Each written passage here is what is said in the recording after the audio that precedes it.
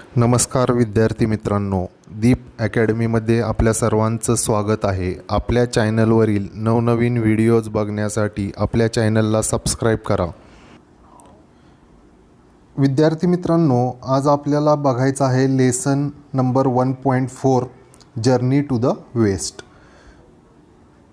Journey to the west म्हणजेच काय? पश्चिमेकडील देशांचा प्रवास. हा लेसन आपण आज बघणार आहोत. तर लेसन बघण्याआधी आपल्याला सुरुवातीला काही इन्फॉर्मेशन माहिती दिलेली आहे, तर ती बघूयात आपण. Much of the world's literature has been translated into English. मग जगामध्ये बरेचसे असे जे साहित्य आहेत तर त्यांचं इंग्लिशमध्ये भाषांतर केलेलं आहे. इंग्लिशमध्ये काय केलेलं आहे? अनुवादित केलेले आहेत ते. तर पुढं बघा. In this passage we learn about an epic novel with the little journey to the west and its most popular character Sun Wukong और मंकी किंग.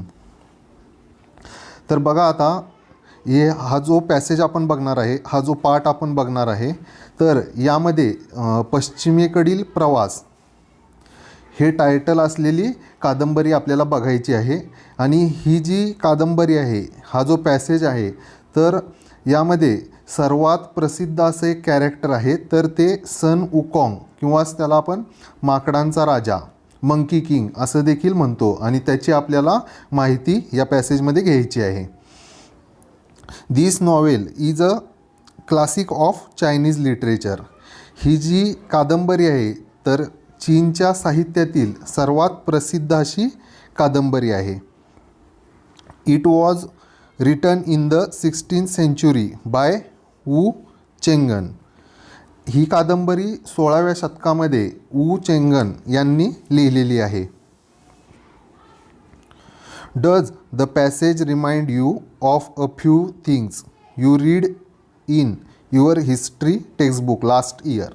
आणि हा जो पॅसेज आपण बघणार आहोत, तर ह्या पॅसेजमधल्या बऱ्याचशा अशा काही गोष्टी आहेत, बऱ्याचशा अशा घटना आहेत, तर त्या आपण आपल्या मागच्या वर्षीचा जो इतिहास बघितलेला आहे तर त्या इतिहासाच्या पुस्तकात वाचलेल्या असतील किंवा बघितलेल्या असतील. तर पुढे बघूयात आपल्याला काय दिलेलं आहे. इथं आपल्याला एक क्वेश्चन दिलेला आहे. How do people find their way through deserts, forest, mountains, oceans etcetera today? How did they do in the past? Discuss. आपल्याला काय दिलेलं आहे बघा या क्वेश्चनमध्ये. आताचे जे लोक आहेत तर ते लोक वाळवंट, जंगलं, त्यानंतर डोंगर, सागर यांच्यामधून प्रवास करताना त्यांचा मार्ग आहे तो कसा शोधून काढतात. आणि पूर्वीचे जे लोक आहेत ते देखील तो मार्ग कसा शोधून काढतात याच्यावर आपल्याला डिस्कस करायचं आहे, चर्चा करायची आहे. तर बघा, जे सध्याचे लोक आहेत तर ते काय करतात? With the help of maps म्हणजे नकाशांचा वापर करून प्रवास करतात. म्हणजे जर कारने प्रवास करायचा असेल किंवा हेलिकॉप्टर किंवा एरोप्लेन यांनी जर प्रवास करायचा असेल तर ते मॅपचा वापर करतात.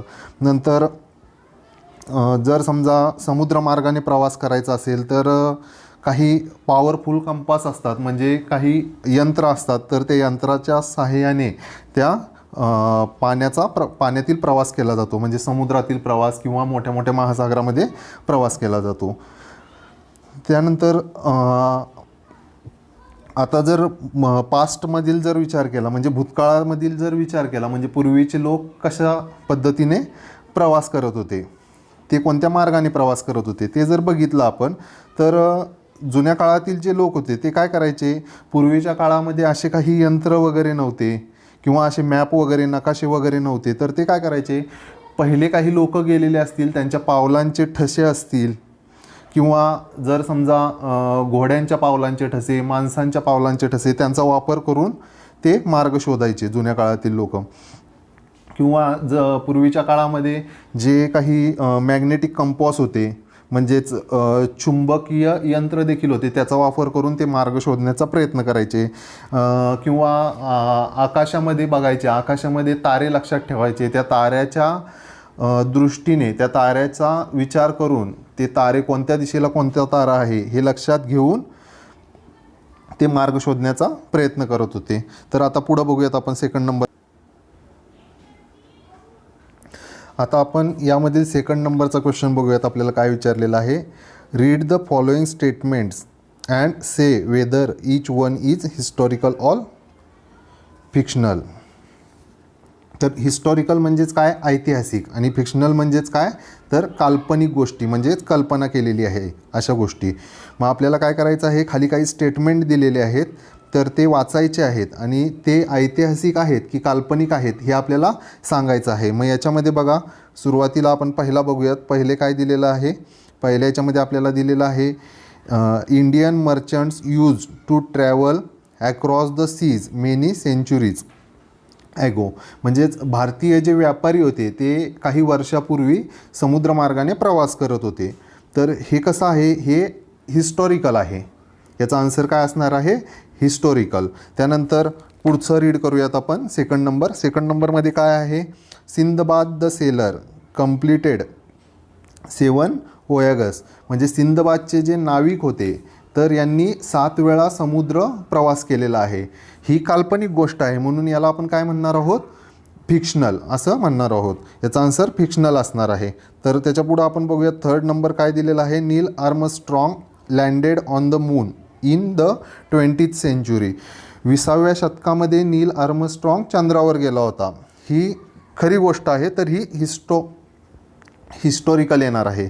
त्यानंतर पुढं काय दिलेलं आहे आपल्याला, अल्लादीन कुड fly on his magic carpet. Aladdin जो होता तो त्याच्या जादूच्या कार्पेटवर उडू शकला होता. तर याचं काय येणार आहे, हे काल्पनिक गोष्ट आहे म्हणून हे येणार आहे फिक्शनल.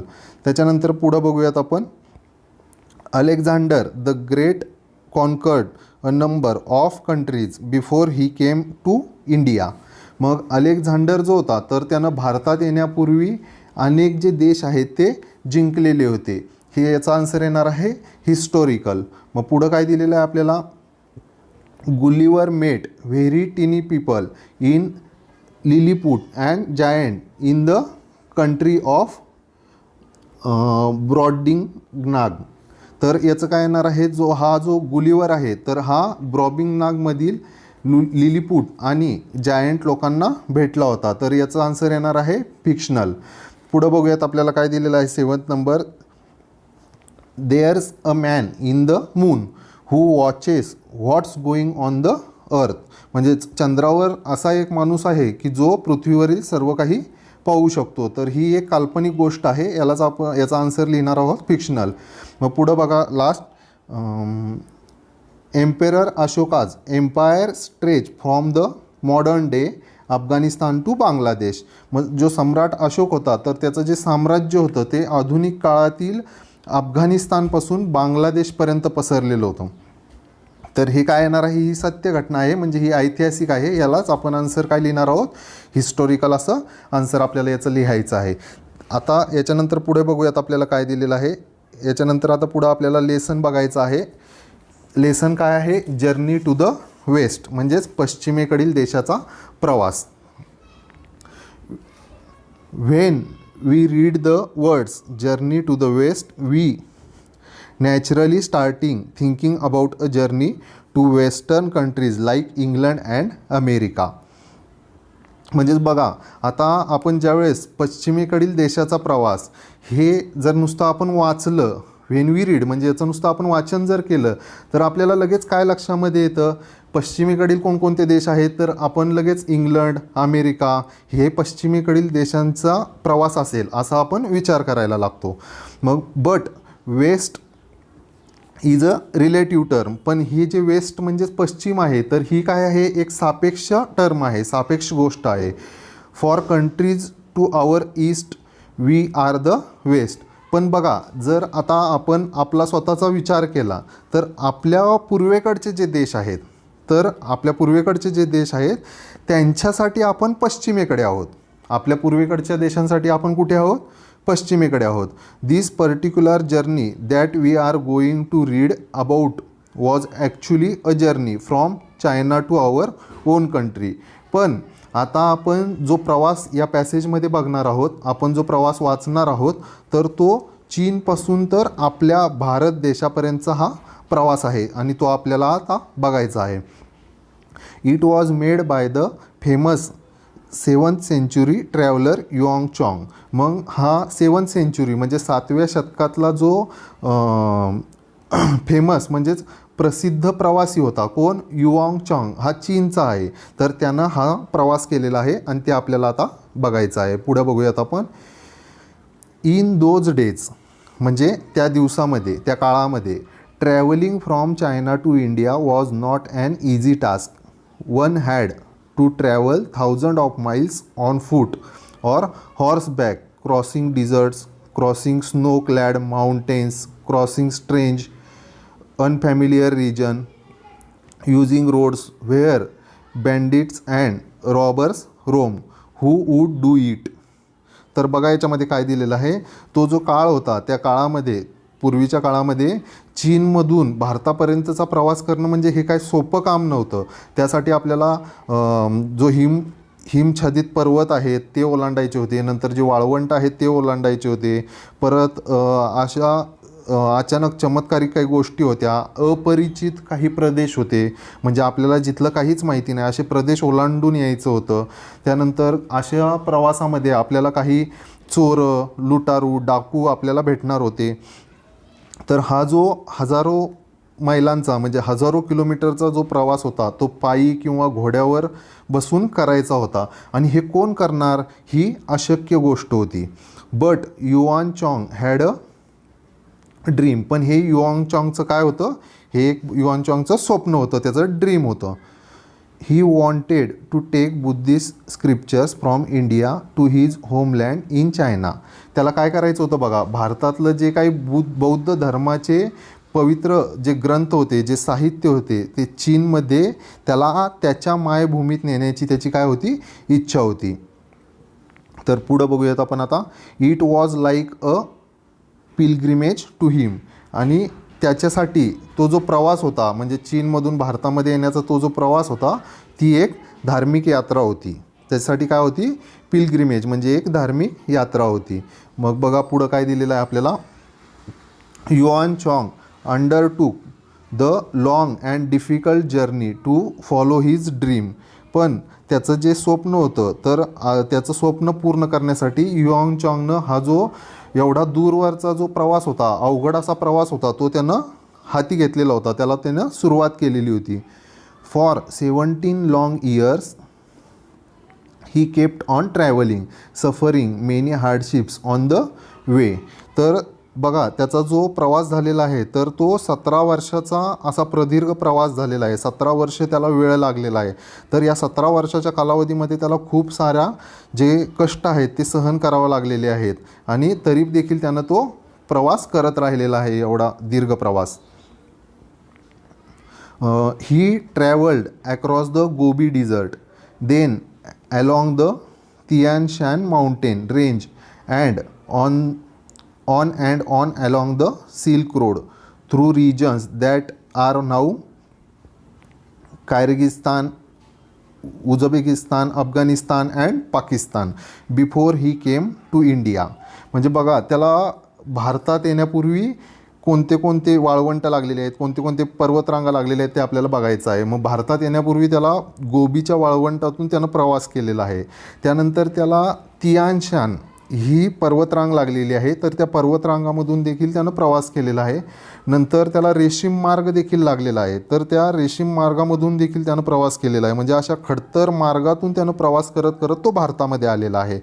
आणि सध्याचं जे उझबेकिस्तान आहे, परत किर्गिस्तान आहे, अफगाणिस्तान आहे आणि पाकिस्तान म्हणून जे सध्याचे देश आहेत तर त्या देशामधून त्यानं प्रवास केलेला आहे. तसा प्रवास करत तो भारतामध्ये आलेला आहे. In India he travel to many parts and gathered many important manuscripts. म्हणजे भारतामध्ये बघा त्यानं विविध ठिकाणी प्रवास केलेला आहे. भारतामध्ये आल्यावर तो शांत बसलेला नाही. जे विविध काही ठिकाणं होते तर ते तिथं देखील त्यानं प्रवास केलेला आहे आणि जी काही माहिती घेण्यासारखी होती अशी बरीचशी माहिती त्यानं जमा केलेली आहे. मग पुढं बघा आता काय झालेलं आहे. द वे बॅक होम म्हणजे आता जो त्याचा परतीचा मार्ग होता तो बघा. वे back home was also equally difficult. म्हणजे त्याचा जो परत जाण्याचा जो प्रवास होता तो देखील अतिशय डिफिकल्ट म्हणजे अतिशय कठीण असा गेलेला आहे, अतिशय खडतर असा झालेला आहे. But Yuan Chwang manage to reach China safely along with the scriptures. पण तो जो युआन चॉंग आहे तो त्यानं जे जमा केलेलं साहित्य होतं, ते जे बौद्ध धर्माचे पवित्र ग्रंथ होते, तर ते चीनला सुरक्षितपणे नेणं हे त्याला जमलेलं आहे. दिस वॉज अ ग्रेट अचिव्हमेंट. आणि हे एक त्याला मोठं यश प्राप्त झालेलं आहे. It was almost unbelievable. Unbelievable म्हणजे अविश्वसनीय, म्हणजे ज्याच्यावर आपण विश्वास ठेवू शकत नाही अशी गोष्ट त्यानं केलेली आहे. So much so that people thought that the gods and supernatural powers had help Yuan Chwang in his quest. तर बघा, त्यानं जी विश्वास पण आपण ठेवू शकत नाही अशी गोष्ट त्यानं पूर्ण केलेली आहे. तर ही अविश्वसनीय जी गोष्ट आहे ती देवांनी पूर्ण केलेली असेल, म्हणजे देवांनी त्याला मदत केलेली असेल, किंवा काही ज्या सुपरनॅचरल पॉवर असतात, म्हणजे ज्या नैसर्गिकरित्या मिळालेल्या असतात शक्ती, किंवा अंतंद्रिय ज्या शक्ती असतात, त्या युआन चॉंगला हा जो त्यानं शोध केलेला आहे, हा जो त्यानं प्रवास केलेला आहे, तर याच्यामध्ये त्यांची देवांची किंवा त्या अंतंद्रिय शक्तींची मदत त्याला झालेली असेल असं बाकीच्या लोकांना वाटत आहे. This gave rise to many interesting folk tales. मग हा जो विश्वास होता, त्या विश्वासातूनच बऱ्याचशा गमतीदार लोककथा देखील जन्माला आलेल्या आहेत. म्हणजे याच्यामधून नवीन नवीन लोककथांची निर्मिती झालेली आहे. मग centuries later and epic novel called journey to the west was written about this famous pilgrimage. मग काही बरेचसे शतकं गेल्यानंतर, बऱ्याचशा वर्षानंतर ही जी प्रसिद्ध यात्रा झालेली आहे युआन चॉंगची, तर याला पश्चिमेकडील प्रवास ह्या नावानं ती कादंबरी लिहिली गेलेली आहे. The novel made use of many of this folk tales. आणि ही जी लोककथा आहे, तर ह्या लोककथेमधील बऱ्याचशा ज्या कथा आहेत, या कादंबरीमधील बऱ्याचशा ज्या कथा आहेत, तर या कादंबरीमध्ये त्यांचा उपयोग करण्यात आलेला आहे. The novel and the stories in it are still very popular. आणि ही जी कादंबरी आहे, तर ही कादंबरी आणि तिच्यामधल्या ज्या छोट्या छोट्या कथा आहेत, तर त्या अजूनही एक व्हेरी पॉप्युलर आहेत, म्हणजे एकदम प्रसिद्ध अशा कथा आहेत त्या. तर पुढं बघा आता काय दिलेलं आहे. The novels tells us that there are many demons and evil powers who are eager to kill and gobble up the holy monk. बघा, आता ही जी कादंबरी आपल्याला दिलेली आहे, तर ती आपल्याला कादंबरीमधून काय समजते, आपल्याला काय सांगत आहे ही कादंबरी. तर काही जे प्रसिद्ध साधू वगैरे लोक जे असतात, तर यांना मारण्यासाठी किंवा त्यांची काही चेष्टा मस्करी करण्यासाठी कितीतरी असे राक्षस असतात, कितीतरी अशा दृष्ट शक्ती असतात, आपण त्यांचा विचार बी केलेला नसतो, एवढ्या भयंकर गोष्टी असतात. तर यांचा आता जो बचाव आहे तो कोण करणार आहे, म्हणजे हू वूड सेव्ह हिम, त्यांच्यापासून कोण वाचवणार आहे. हू वूड वॅनिश द डिमॉन्स. आणि हे जे राक्षस असतात, हे जे भूतं असतात, यांचा पाडाव कोण करणार आहे, यांना कोण मारून टाकणार आहे. तर पुढं बघूयात आपण. Well the Guanyin deity who is the goddess of mercy has seen to that. मग आता बघा पुढं एक दयेची देवता आहे. तर कोण आहे ती दयेची देवता? ग्वान इन ही दयेची देवता आहे. तर तिनं ही काळजी घेतलेली आहे, तिनं ठरवलेलं आहे यांचा नायनाट करायचा. तर पुढं बघूयात आपल्याला काय दिलेलं आहे. She has assign this task to 3 special people. आणि तिनं याच्यासाठी काय केलेलं आहे, 3 स्पेशल असे लोक त्याच्यासाठी निवडलेले आहेत. ते कोण आहेत ते बघूयात. Sun Wukong or the monkey king. Sun Wukong किंवा मंकी किंग म्हणजेच कोण, माकडांचा राजा.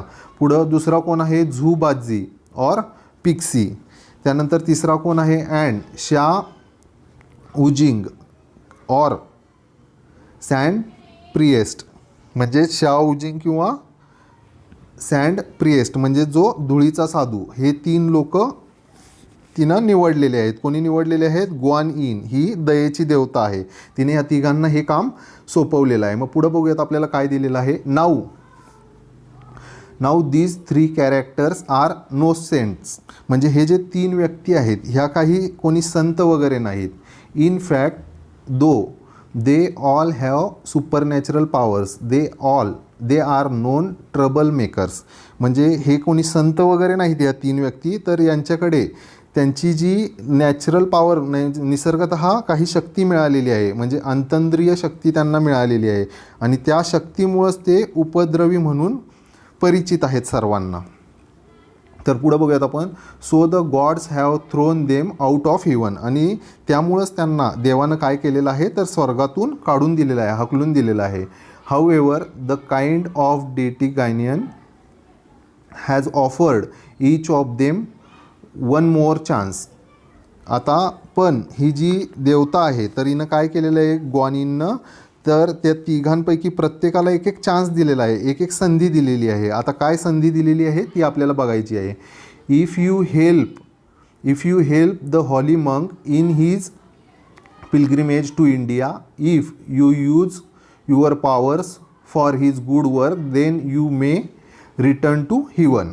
म्हणजे बघा, जर समजा तुम्ही हे जे कोणी साधू लोक वगैरे असतात, हे भारताची यात्रा जे करत असतात, भारतभर प्रवास करत असतात, त्यांना जर समजा तुम्ही तिघांनी जर सहाय्य केलं, त्यांना त्यांचं कार्य पूर्ण करण्यासाठी जर मदत केली आणि तुमच्या शक्तींचा वापर जर केला, तर तुम्हाला कदाचित तुम्ही स्वर्गामध्ये परतू शकाल, असं ती म्हणत आहे.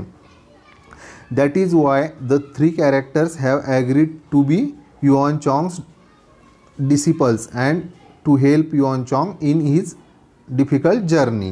मग हे जे 3 जण आहेत तर यांनी युआन चॉंगचं शिष्य होणं हे मान्य केलेलं आहे आणि त्याचा जो खडतर प्रवास आहे, त्याचा जो अवघड कठीण असा प्रवास आहे, तर त्या कठीण प्रवासात त्याला मदत करायला ते तयार झालेले आहेत, त्यांनी मान्यता दिलेली आहे. And sure enough they have many thrilling, exciting and sometimes humorous adventures on the way to the holy land India. आणि बघा पुढं काय झालेलं आहे, तर जी भारताची पवित्र भूमी आहे, या पवित्र भूमीचा जो मार्ग आहे तो एकदम अवघड असा मार्ग आहे, थरारक असा मार्ग आहे. त्यानंतर कधीकधी त्यांना या मार्गावर गमतीदार जी धाडस आहेत, ती गमतीदार धाडसं हे देखील करावी लागणार होती. अशा प्रकारे ही कथा आहे. तर याच्यामध्ये बघा आता पुढं अजून काय दिलेलं आहे, अतिशय गमतीशीर अशी गोष्ट आहे. The most powerful among the 3 disciples is Sun Wukong. आणि हे जे 3 शिष्य आहेत यांच्यापैकी जो सर्वात शक्तिशाली, म्हणजे मोस्ट पॉवरफुल म्हणजे काय, सर्वात शक्तिशाली कोण आहे, सन वुकॉंग हा सर्वात शक्तिशाली आहे या तिघांपैकी. Everything about him is extraordinary. आणि त्याच्या बाबतीतली जी प्रत्येक गोष्ट आहे ती कशी आहे, एक्स्ट्रा ऑर्डिनरी अशी गोष्ट आहे.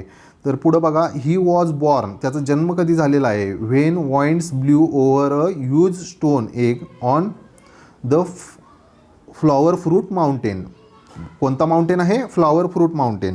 म्हणजे हा जो पुष्पफल पर्वत आहे, तर या पुष्पफल पर्वतावरील दगडी अंडे होते, तर ह्या दगडी अंड्यावरून वारं वाहत होतं, त्यावेळेस ह्या सन वुकॉंगचा जन्म झालेला आहे. He is able to transform himself in 72 different ways. बघा पुढं काय दिलेलं आहे, तो स्वतःला काय करतोय, 72 म्हणजे 72 अशा वेगवेगळे टाईप्स, वेगवेगळ्या मार्गांनी तो स्वतःमध्ये रूपांतर घडवू शकतोय, म्हणजे वेगवेगळे बदल घडवू शकतोय. 72 वेगवेगळे स्वतःमध्ये बदल घडवतोय, म्हणजे बघा तो किती चमत्कारिक असेल. Not only that but he can also transform each of these hair strands into any living or non living things of his choice. बघा, तर याच्यामध्ये हा नुसता त्याच्या 72 वेगवेगळ्या याच्यामध्ये रूपांतरच करू शकत नाही, तर तो त्याचा जो प्रत्येक केस आहे, तर त्या प्रत्येक केसाला त्याला जसं पाहिजे तसं तो दुसऱ्या सजीव किंवा निर्जीव वस्तूमध्ये त्याचं रूपांतर देखील करू शकतोय. बघा त्याच्यामध्ये किती वेगवेगळ्या प्रकारच्या कला आहेत. His as you wish gold banded cudgel is also magical. आणि त्याच्याकडचा जो समजा सोन्याचा पट्टा असलेली जी इच्छाकारी सोटा आहे, as you wish gold banded cudgel म्हणजेच काय, त्याच्याकडचा एक सोन्याचा पट्टा आहे आणि तो सोन्याचा पट्टा असलेला एक सोटा आहे, तर तो सोटा देखील जादूचा आहे. तर बघूया आता त्याच्या पुढं काय दिलेलं आहे. तो मॅजिकल आहे म्हणजे जादूचा आहे. It can grow as big as a pillar supporting the sky but at other times it becomes as tiny as a needle. बघा तो जो पट्टा आहे जादूचा, तर त्याची कला दिलेली आहे. तो पट्टा आकाशाला आधार देऊ शकल, म्हणजे आपलं जे स्काय आहे त्याला आधार देऊ शकल एवढा मोठा स्तंभ, एवढा मोठा जो कॉलम आहे एवढा बनू शकतो. आणि इतर वेळी तो जो जादूचा सोटा आहे, तो जो सोन्याचा पट्टा आहे, तो सुई एवढ्या आकाराचा छोटा देखील होऊ शकतो. पुढं बघा काय दिलेलं आहे. Then the monkey king just टस्क it away behind his ear. आणि हा जो छोटा सुई एवढा जो पट्टा आहे, जो जादूचा सोटा आहे, तर तो वानरांचा जो राजा आहे, कोण, सन उकॉंग, तर तो त्याला आपल्या कानाच्या मागं ठेवत असतो. बिहाइंड हिज इयर म्हणजेच कानाच्या मागं तो ठेवत असतो. Sun Wukong can travel thousands of kilometres in just one somersault. आणि तो काय करतोय, जे हजारो किलोमीटरचं जो अंतर आहे तर ते सहज उडी मारून पार करतोय. म्हणजे त्याच्यामध्ये ती देखील अजून एक कला आहे. हजारो किलोमीटरचं जे अंतर आहे तो सहजरित्या पार करतोय. He can walk through fire. तो आगीमधून प्रवास देखील करू शकतोय. Travel under water. पाण्याच्या खालून देखील तो प्रवास करू शकतो. And fly to any place at will. आणि त्याच्या मनामध्ये जे येईल तर त्यावेळेस मनामध्ये आल्याच्यानंतर तो कुठेही उडत देखील जाऊ शकतो आहे. अशा वेगवेगळ्या कला त्याच्या अंगी आहेत. His body is as hard as a diamond. आणि त्याची जी बॉडी आहे, त्याचं जे शरीर आहे तर ते हिऱ्याप्रमाणे, जसं डायमंड असतो त्या डायमंडसारखं एकदम कडक आहे. So no one and nothing can injure him. आणि हे जे शरीर आहे ते अतिशय कडक असल्यामुळं त्याला कोणीही माणूस मारू शकत नाही किंवा कोणत्याही वस्तूने त्याला काहीही इजा पोहोचत नाही. His golden gaze fiery eyes have x-rays vision. No one can deceive him. आणि त्याचे जे डोळे आहेत तर ते बघा, डोळे एकदम आज जसं की आग ओकतोय, त्याच्यातून आग बाहेर पडते अशा प्रकारे क्ष किरणासारखी त्याची नजर आहे. आणि त्याची नजर एवढी तीक्ष्ण असल्यामुळं त्याला कोणी देखील फसवू शकत नाही. त्याला सहजरित्या फसवणं अतिशय कठीण आहे. मग पुढं बघा काय दिलेलं आहे. Sun Wukong is brave and intelligent but he is also a trickster. मग सन उकॉंग हा काय आहे, हा अतिशय ब्रेव आणि इंटेलिजंट आहे, म्हणजे शूर आणि हुशार आहे. But he is also trickster. Trickster म्हणजे काय, तर तो लबाड देखील आहे. म्हणजे तो हुशार आणि शूर असण्याबरोबर लबाड देखील आहे. तर तो कसा लबाड आहे ते आपण बघूयात. He loves to have fun. त्याला गंमत करायला काय होतं, एकदम अतिशय आवडतं आहे. And some of his super powers help him to just that. आणि त्याच्याकडं ही जी शक्ती आहे तर ती शक्ती त्याला मदत करते, म्हणून ते हे सर्व काही करू शकतो. ही हॅज अ वेस विच कॅन सक इन एनिथिंग ऑर एनीवन. म्हणजे त्याच्यापाशी अजून एक पात्र आहे, अजून एक अशी गोष्ट आहे का ते जे पात्र आहे तर तो काय करू शकतो त्यानं, ते बघूयात आपण पुढं. He can simply point at a lock and open it. म्हणजे बघा, तर एखादी वस्तू असेल त्याला तो त्याच्याकडे खेचून देखील घेऊ शकतो आहे. आणि एखादं जर कुलूप असेल तर त्या कुलपाकडं नुसतं त्यानं बोट दाखवलं तर ते कुलूप देखील तो उघडू शकतो आहे. तर पुढं बघा आता आपल्याला काय दिलेलं आहे. He is very very quick and can grow very big and very tiny at a blink. तो एवढा चपळ आहे का एखाद्याचं ब्लिंक म्हणजे समजा डोळ्याची पापणी लावण्याच्या आतमध्ये तो अतिशय मोठा होऊ शकतो. व्हेरी बिग म्हणजे अतिशय मोठा होऊ शकतो. आणि काही क्षणामध्ये डोळ्याची पापणी लावूस तर तो एकदम छोटा देखील होऊ शकतो. म्हणजेच बघा, आपण कल्पना देखील करू शकत नाही, असं त्याच्याकडे शक्ती आहे. You can imagine how he must have tease his enemies using these tricks. मग आता याच्यावरून आपण विचार केला पाहिजे का त्याच्याकडे एवढ्या साऱ्या शक्ती असताना त्याचा जो शत्रू असेल तो त्याच्या शत्रूला कशा पद्धतीने नमवत असेल, त्याच्या कशा पद्धतीने पाडाव करू शकत असेल. तर हा नुसता आपल्याला आता याची कल्पनाच करायला हवी. तर पुढं बघूयात आपण. If you want to read about the adventures that Sun Wukong and his companion had on the way, you will find the stories in the English translation of journey to the west. मग Sun वुकॉंग जो आहे तर तो सन वुकॉंग आणि त्याचे जे सहकारी आहेत बाकीचे, तर यांनी त्यांचा जो मार्ग आहे त्या मार्गावर त्यांना काही कष्ट घ्यावं लागलेले आहेत, त्यांना काही धाडस करावं लागलेलं आहे. तर त्याच्याबद्दल जर समजा तुम्हाला विद्यार्थ्यांना जर अजून काही एक्स्ट्रा माहिती पाहिजे असेल, अजून वाचन जर करायचं असेल, तर पश्चिमेकडचा प्रवास हे जे चिनी पुस्तक आहे तर त्याच्यामधील जर्नी टू द वेस्ट या इंग्रजी भाषांतरामधील कथा त्याच्यामध्ये भरपूर आपल्याला मिळतील. मग some of the stories have also been turn into films. मग याच्यामधील काही बऱ्याचशा अशा स्टोरीज आहेत, बऱ्याचशा अशा कथा आहेत का त्याचं फिल्ममध्ये म्हणजे चित्रपट तयार करण्यामध्ये त्याचं रूपांतर केलेलं आहे. What would you like better to read the historical account of an Yuan Chwang travels or to read the fantastic stories of Sun वुकॉंग.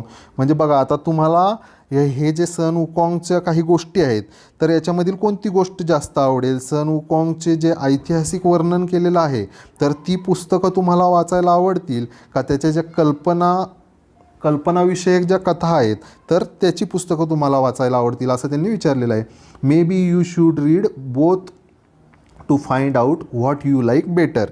मग तुम्ही काय करायचं आहे, तुम्हाला अधिक काय आवडेल हे तुम्हाला बघायसाठी तुम्हाला दोन्ही प्रकारचे पुस्तकं वाचणं आवश्यक आहे. तर पुढं हॅप्पी रीडिंग म्हणजे तुमचं जे वाचन आहे त्या पुस्तकांचं ते अतिशय आनंदी राहो असं याच्यामध्ये सांगितलेलं आहे. मग पुढं आपण बघूयात इंग्लिश वर्कशॉप. इंग्लिश वर्कशॉपमध्ये काय दिलेलं आहे ते आपल्याला बघायचं आहे. क्वेश्चन नंबर फर्स्ट बघा आता काय दिलेलं आहे याच्यामध्ये. लिस्ट ऑल द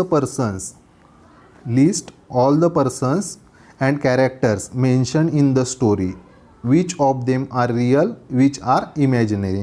म्हणजे आता आपण जे हा जो पॅसेज बघितलेला आहे याच्यामध्ये कोणकोणते कॅरेक्टर दिलेले आहेत म्हणजे कोणकोणत्या व्यक्ती दिलेल्या आहेत, कोणकोणते पात्र दिलेले आहेत त्यांची आपल्याला लिस्ट करायची आहे आणि त्याच्यामधील कोणकोणत्या पात्र खरोखर आहेत म्हणजे रिअल आहेत आणि इमॅजिनरी कोणते आहेत म्हणजे काल्पनिक कोणते आहेत ते आपल्याला सांगायचं आहे. मग याच्यामध्ये बघा आता आपल्याला युआन चॉंग दिलेला आहे. युआन चॉंग हा चिनी माणूस होता तर तो रिअल आहे आणि जे बाकीचे आपल्याला 3-4 पात्र दिलेले आहेत ते सगळे इमॅजिनरी आहेत. मग त्याच्यामध्ये कोण कोण येणार आहे. गॉनियन डेटी ही देखील इमॅजिनरी आहे म्हणजे काल्पनिक आहे. नंतर सन वुकॉंग मंकी किंग म्हणजे माकडांचा राजा हा देखील इमॅजिनरी आहे. झू बाजी इमॅजिनरी आहे आणि शा उजिंग म्हणजे सँड प्रिएस्ट हा देखील इमॅजिनरी आहे. म्हणजे याच्या फक्त खरोखरचं कोण आहे युआन चॉंग हा रिअल आहे. सेकंड नंबरचा क्वेश्चन आपल्याला बघायचा आहे. सेकंड नंबरमध्ये बघा काय दिलेलं आहे. Say whether the following sentences are right or wrong. पुढं आपल्याला काही सेंटेन्सेस दिलेले आहेत तर ते बरोबर आहेत का चुकीचे आहेत हे आपल्याला सांगायचं आहे. पहिलं सेंटेन्स आपण बघणार आहोत. The novel journey to the west is about a journey to western countries like England and America. म्हणजे ही जी कादंबरी आहे आपण ही जी आता कादंबरी बघितलेली आहे पश्चिमेकडील देशाचा जो प्रवास तर याच्यामधील जो प्रवास दिलेला आहे तो वेस्टर्न कंट्रीज म्हणजे पश्चिमेकडील देश म्हणजे आपण ते इंग्लंड आणि अमेरिका हे आपल्या लक्षात येतं. तर हे सेंटेन्स आपल्याला राईट वाटते का रॉंग. तर हे रॉंग सेंटेन्सेस आहे कारण ह्या स्टोरीमध्ये पश्चिमेकडील प्रवास म्हणजे चीनपासून भारतापर्यंतचा प्रवास याच्यामध्ये दिलेला आहे म्हणून याला आपल्याला रॉंग म्हणावं लागेल. पुढं बघा सेकंड नंबर काय दिलेला आहे. In the days of Yuan Chwang travelling from China to India was not an easy task. म्हणजे हे जे त्याचा जो प्रवास होता युआन चॉंगनं केलेला चीनमधून भारतापर्यंतचा वॉज नॉट इझी म्हणजे हा सोपा नव्हता म्हणजे हे राईट आहे. त्यानंतर पुढं काय दिलेलं आहे बघा. Yuan Chwang travelled to many parts of India म्हणजे युआन चॉंगनं भारतामध्ये बऱ्याचशा ठिकाणी प्रवास केलेला आहे हे देखील राईट आहे. त्यानंतर फोर्थ नंबरचं बघणार आहोत आपण. Yuan Chwang's way back home was relatively easy म्हणजे युआन चॉंगचा जो परतीचा मार्ग होता तो अतिशय सोपा होता असं सांगितलेलं आहे म्हणजे हे रॉंग येणार आहे. त्यानंतर पुढं बघूयात आपण. Gods and supernatural powers had help Yuan Chwang in his quest. म्हणजे हे जे देवानं आणि ज्या आपल्या नैसर्गिक ज्या शक्ती असतात तर त्यांनी मदत केलेली आहे, त्याच्यामुळं युऑन चॉंग सहजरित्या परत जाऊ शकलेला आहे. तर हे रॉंग आहे. द 3 डिसिपल्स ऑफ युऑन चॉंग वेअर 3 सन. म्हणजे जे युऑन चॉंगचे हे जे 3 शिष्य होते ते संत होते, हे पण रॉंग आहे. त्यानंतर पुढं बघा, the 3 disciples have supernatural powers. म्हणजे त्यांच्याकडं त्यांची अंतंद्रिय शक्ती होती, त्यांच्याकडं नैसर्गिक शक्ती त्यांना मिळालेली होती. तर हे राईट असणार आहे, हे बरोबर आहे. तर पुढं बघा, 3rd नंबर क्वेश्चन आपल्याला काय दिलेला आहे. Write any 5 features of Sun Wukong's character that you like best.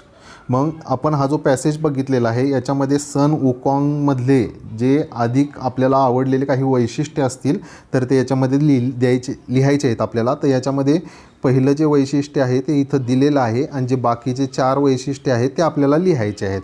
तर त्याच्यामध्ये काय लिहिणार आहात. पहिलं काय दिलेलं आहे, कॅन वॉक थ्रू फायर. म्हणजे तो आगीमधून चालू शकत होता, हे पहिलं दिलेलं आहे. तर पुढं काय लिहिणार आहोत आपण, त्याचं जे स्वतःला 72 वेगवेगळ्या प्रकारे तो स्वतःमध्ये बदल करत होता. तर तरी काय लिहिणार आहोत, can transform himself in 72 different veg. त्याच्यानंतर पुढं काय लिहिणार आहोत, तो काही क्षणामध्ये हजारो किलोमीटरचा जो प्रवास आहे तो काही क्षणामध्ये करत होता. मग तिथं काय लिहिणार आहोत, can travel through thousands of kilometres. त्याच्यानंतर त्याची जी नजर होती ती क्षकिरणांसारखी त्याची नजर होती. म्हणजे हिज आईज, त्याचे जे डोळे आहेत, हॅव एक्सरेज व्हिजन.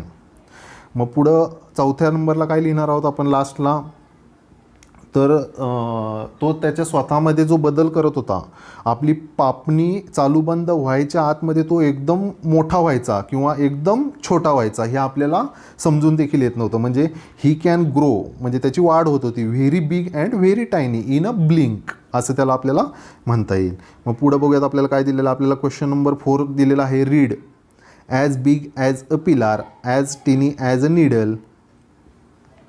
तर पुढं काय दिलेलं आहे, now write more such phrases using your imagination.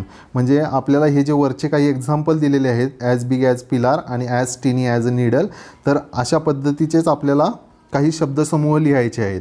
मग खाली बघा काय दिलेलं आहे, पहिलं ॲज बिग ॲज अ. म्हणजे ॲज बिग म्हणजे मोठा, तर इथं काय लिहिणार आहोत आपण, ओशियन लिहिलं तरी चालतं. म्हणजे as big as a ocean. नंतर as tiny as a ant किंवा as tiny as a raindrop, म्हणजे मुंगी किंवा पावसाचा जो थेंब आहे त्याच्यासारखा छोटा. As hard as a diamond. As soft as a butter किंवा ॲज सॉफ्ट ॲज आपल्याला कॉटन, म्हणजे कापसासारखा मऊ, असं देखील लिहिता येईल. As sweet as a honey किंवा as sweet as a mango देखील लिहिता येईल. As sharp as a knife, म्हणजे चाकू एवढं धारदार, चाकूसारखा धारदार, असं आपल्याला हे कंप्लीट करायचं आहे. त्यानंतर आपण क्वेश्चन 5कडे जाऊयात. You know that many times a letter or a group of letters is added before or after a word to make new words. म्हणजे बघा, जर आपल्याला एखादा नवीन शब्द तयार करायचा आहे आणि त्या नवीन शब्द तयार करताना ते जे अक्षर आपल्याला दिलेलं असतं, तर त्या अक्षराच्या मागे किंवा अक्षराच्या पुढे आपल्याला शब्द जोडावा लागत असतो. A letter oblique a group of letter that is added before a word is called prefix. मग जर समजा आपण तो जो शब्द आपल्याला दिलेला आहे, जो अक्षरगट दिलेला आहे, त्याच्या मागे म्हणजे त्याच्या डाव्या बाजूला जर आपण कोणता शब्द जर जोडला किंवा अक्षरगट जोडला तर त्याला आपण काय म्हणतोय, प्रेफिक्स असं म्हणतोय. आणि पुढं बघा, a letter oblique group of letter that is added after a word is called suffix. मग सफिक्स आपण कशाला म्हणतोय, आपल्याला जो अक्षरगट दिलेला आहे त्याच्या पुढं जर आपण एखादा अक्षर वगैरे जोडलं, काही शब्द जर जोडले, तर त्याला आपण काय म्हणतोय, सफिक्स असं म्हणतोय. The word to which a prefix or suffix is added is called a root or root word.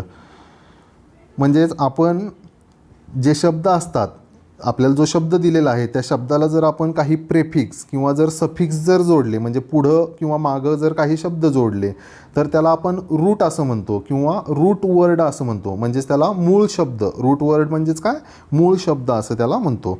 मग याचं जर समजा आपल्याला एक्झाम्पल बघायचं असेल तर खाली बघूयात आपण काय दिलेलं आहे. Let us look at some examples of roots, prefix and suffixes. म्हणजे आपल्याला काही याचे एक्झाम्पल्स बघायचे. तर आता मी तुम्हाला काही 1-2 एक्झाम्पल्स सांगतो. समजा आता सपोज आपण सॅडनेस हा शब्द घेतला, तर सॅडनेसमध्ये सॅड हा मूळ शब्द आहे, म्हणजे तो रूट वर्ड आहे, मूळ शब्द आहे, आणि त्याला NESS हा प्रत्यय लागलेला आहे, आणि हा प्रत्यय सॅडनेसच्या समोर लागलेला आहे, म्हणजे पुढे लागलेला आहे, म्हणून याला आपण काय म्हणणार आहोत, सफिक्स असं म्हणणार आहोत. बघा, सॅडनेसला, सॅड या शब्दाला, सॅड हा मूळ शब्द आहे, त्याला NESS हा प्रत्यय पुढे लागलेला आहे, सॅडच्या पुढे लागलेला आहे, म्हणून याला आपण सफिक्स असं म्हणणार आहोत. म्हणजे NESS हा काय झाला, सफिक्स झाला. आणि आपण सेकंड एक्झाम्पल जर बघितलं तर इम्पॉसिबल, म्हणजे याच्यामध्ये पॉसिबल हा मेन वर्ड आहे, रूट वर्ड आहे. पॉसिबल हा रूट वर्ड आहे आणि त्याला आय एम हा त्या शब्दाच्या मागे प्रत्यय लागलेला आहे, म्हणजे तो IM म्हणजे काय आहे, IM हा प्रेफिक्स आहे. अशा पद्धतीनं आपल्याला एक्झाम्पल्स बघायचे आहेत. तर पुढं बघूयात आपण आता क्वेश्चन नंबर 6. त्याच्यामध्ये काय दिलेलं आहे, guess the meaning of unfamiliar आणि अनबिलिव्हेबल. तर अनफॅमिलियर म्हणजे काय असतं, डू नॉट नो, म्हणजे आपल्याला माहिती नाहीत असे, आणि अनबिलिव्हेबल म्हणजे आपण कधीच विश्वास करू शकत नाही, म्हणजे अविश्वसनीय, म्हणजे व्हेरी डिफिकल्ट टू बिलीव्ह, म्हणजे विश्वास ठेवण्यासाठी अतिशय कठीण असे, म्हणजे अविश्वसनीय असं त्याला म्हणता येईल. मग बघा याच्यामध्ये पुढं काय दिलेलं आहे, now write the opposite of the following. आपल्याला काही शब्द दिलेले आहेत, तर त्यांचे अपोजिट म्हणजे विरुद्ध शब्द आपल्याला लिहायचे आहेत. याच्यामध्ये बघा अनसेफ दिलेला आहे. मग अनसेफचा जो अपोजिट येणार आहे तो काय येणार आहे, सेफ येणार आहे. आता याच्यामध्ये आपण सुरुवातीला बघूयात, ज्या शब्दाच्या मागं UN अन लागलेला आहे, तर अन लागलेला आहे म्हणजे काय होतं, तर त्याचा जो विरुद्ध शब्द आहे त्याला फक्त आपल्याला ते UN काढून टाकायचा असतो, म्हणजे अन म्हणजे विरुद्ध शब्द असतो. तर अनसेफला काय लिहिणार आहोत आपण, त्याचा विरुद्ध शब्द होणार आहे सेफ. त्यानंतर अनइम्पॉर्टंटचा अपोजिट वर्ड काय होणार आहे, इम्पॉर्टंट. त्यानंतर अनइंटरेस्टिंगचा अपोजिट वर्ड होणार आहे इंटरेस्टिंग. अननोनचा अपोजिट वर्ड होणार आहे नोन. अनकाइंडचा अपोजिट वर्ड असणार आहे काइंड. आणि अनइंटेलिजंटचा अपोजिट वर्ड जो आहे तो असणार आहे इंटेलिजंट. याच्यानंतर आता हे लँग्वेज स्टडी आहे, ग्रॅमॅटिकल पार्ट आहे, तो आपण पुढे बघणार आहोत, नंतर बघणार आहोत. तर हा जो आपण आज पॅसेज बघितलेला आहे, या पॅसेजमध्ये काही अडचणी असतील, काही भाग समजलेला नसेल तर कमेंट्सद्वारे जरूर कळवायचा आहे. तसा हा जो पॅसेज आहे हा समजायला देखील अतिशय सोपा आहे आणि अतिशय सुंदर असा पॅसेज आहे. एक सुंदर अशी कथा दिलेली आहे याच्यामध्ये, तर याचा चांगल्या पद्धतीनं तुम्हाला अभ्यास करायचा आहे. आपण इथेच थांबूयात.